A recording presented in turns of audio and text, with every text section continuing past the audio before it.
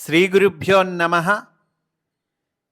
ధర్మకాయుడు ఇది శ్రీకృష్ణుని కథా విశేషాలను, కృష్ణతత్వాన్ని తెలిపే గ్రంథము.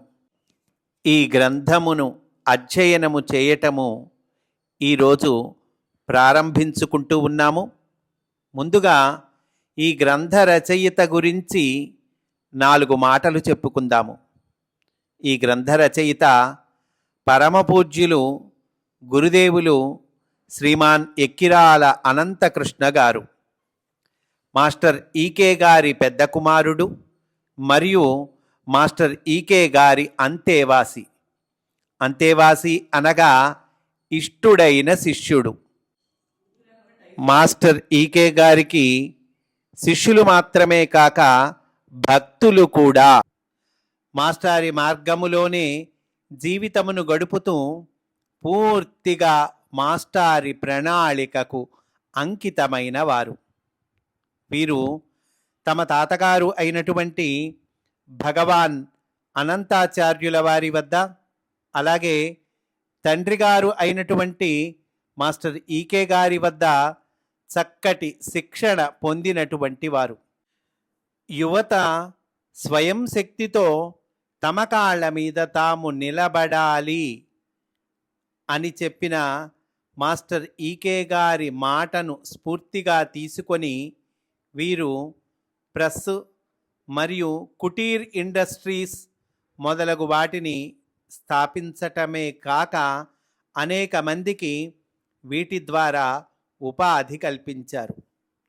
వేదము, జ్యోతిషము, యోగము, హోమియో, ఆయుర్వేదము, రచన, ప్రవచనము, ప్రాక్పశ్చిమ సమన్వయము మొదలగు అనేక రంగములలో విశేషమైన కృషి చేసి మాస్టారు ఆచరించి చూపిన మార్గములో శ్రీకృష్ణుని జగద్వ్యూహమును ఆచరణప్రదముగా వించుచున్న మహనీయులు.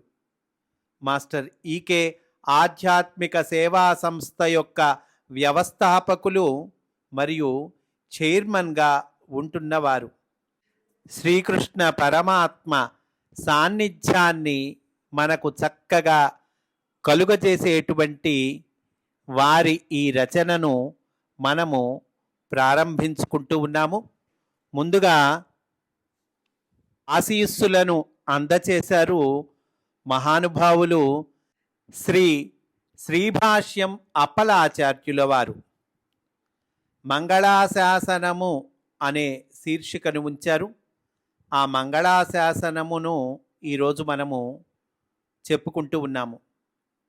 శ్రీకృష్ణ ప్రేరణచే శ్రీమాన్ ఎక్కిరాల కృష్ణమాచార్యుల వారు శ్రీకృష్ణ తత్వాన్ని, ఆనాటి చరిత్రను, ఆనాటి రాజ్య సంవిధానాన్ని దర్శించి పురాణముల ఆధారంగా కొన్ని సత్యాలను లోకానికి అందించాలని కొన్ని నవలలను వ్రాయాలని సంకల్పించారు.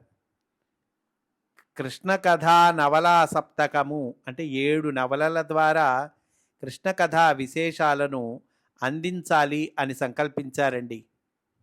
వారి ప్రణాళిక అంతా సంకల్ప రూపంలో సిద్ధమైన, వాగ్రూపంలో ఆవిష్కరింపబడక ముందు వారు భౌతిక రూపంతో సాక్షాత్కరించే భాగ్యం లోకానికి లేకుండా పోయింది. ఆ ప్రణాళికను వారి నుండి గ్రహించిన వారి కుమారులను అంతేవాసులు అగు శ్రీమాన్ ఎక్కిరాల అనంతకృష్ణ గారు వాటిని పూర్తి చేయాలని గురువుల ప్రేరణచే సిద్ధపడినారు. వారే వీరికి చెప్పి వీరి చేత వ్రాయించారా అన్నట్లు వ్రాయడం సాగింది. అంటే ఈ రచన అనంతకృష్ణ గారు రాశారు అన్నట్లు ఉండదండి, మాస్టర్ ఈకే గారే రాశారు అన్నట్లుగా ఉంటుంది. అలా సాగిన నవలలో ధర్మకాయుడు అను నవల ఒకటి. ఈ నవలలో ధర్మస్వరూపుడైన శ్రీకృష్ణ భగవానుడు ఆనాడు జరిపిన చారిత్రక విశేషాలను వివరించినారు. నా అదృష్ట విశేషం వల్ల వారితో కలిసి ప్రయాణము చేయుచుండగా ఆ నవలను వారే వినిపించగా వినే భాగ్యం కలిగింది. అది ఒక అపూర్వమైన అనుభవం. ఇంతకు ముందు నేనెన్నడూ పొందని ఆనందాన్ని పొందాను. శ్రీమాన్ అనంతకృష్ణ గారు శ్రీకృష్ణమాచార్యుల వారి శైలి, భాష, భావముతో పలికినట్లుంది. ఇట్టి నవలలు ఇంకా మరికొన్ని వీరి ద్వారా ఆ గురువులే పలికించడానికి సంకల్పించి ఉన్నారు. ముందుగా ఈ నవలలో కొంత భాగాన్ని లోకానికి అందింపచేస్తున్నారు. శ్రీమాన్ అనంతకృష్ణ గారు గురువుల ఆశీర్వాదాన్ని పొందిన ధన్యులు. ఇట్లే మిగిలిన భాగాలను కూడా వారిచే పూర్తి చేయించి లోకానికి రహస్యమైన శ్రీకృష్ణ తాత్విక చరిత్రను అందించేలా భగవానుని ప్రార్థిస్తున్నాను.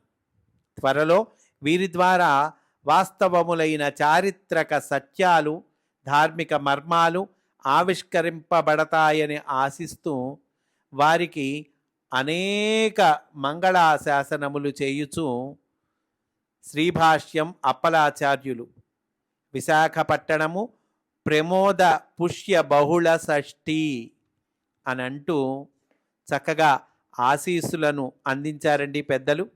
ఈరోజు ఇక్కడతో పూర్తి చేసుకుందాము. రేపటి రోజున తొలి పలుకు అని రచయిత అయినటువంటి గురుదేవులు శ్రీమాన్ ఎక్కిరాల అనంతకృష్ణ గారు ముందు మాటగా ఇచ్చినటువంటి దానిని రేపటి రోజున చెప్పుకుందాము అని సవినయంగా మనవి చేసుకుంటూ స్వస్తి. వాసుదేవా.